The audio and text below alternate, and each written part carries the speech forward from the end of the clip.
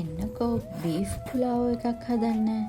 මස් කෑලි ලොකුවට කපලා කරපිංචා, මිරිස් කුඩු, කහ කුඩු, ගම්මිරිස් කුඩු 3-5, සූදුරු, කරාබුනටි, එනසල්, බේලීව්, ස්ටාර් ඇනිස්, ලුණු, සුදු ලුණු වතුර දාලා ප්‍රෙෂර් කුකර් එකේ විනාඩි 20ක් හොඳට තම්බ ගන්න ඕනේ. ඒ අතර හාල් ටික හොදලා ඒක පෙඟෙන්න තියලා ඒකට අවශ්‍ය කරන කරපිංචා, ලුණු, තක්කාලි, අමුමිරිස්, ඉඟුරු, සුදු ලුණු ලෑස්ති කරගන්නවා.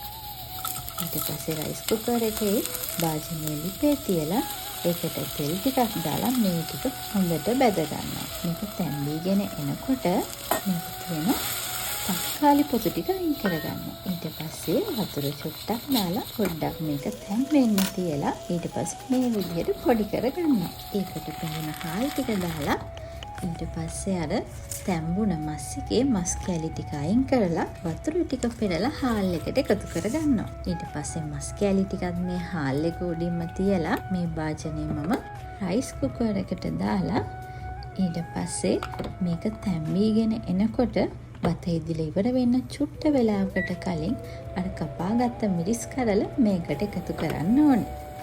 ඊට පස්සේ බත සාමාන්‍ය විදිහට ඉදෙන්න දීලා දැන් ඉතින් කන්න තමයි තියෙන්නේ. මේක නම් සුපිරියක්. මාරම රසයි. හදලා මටත් කියන්නකෝ.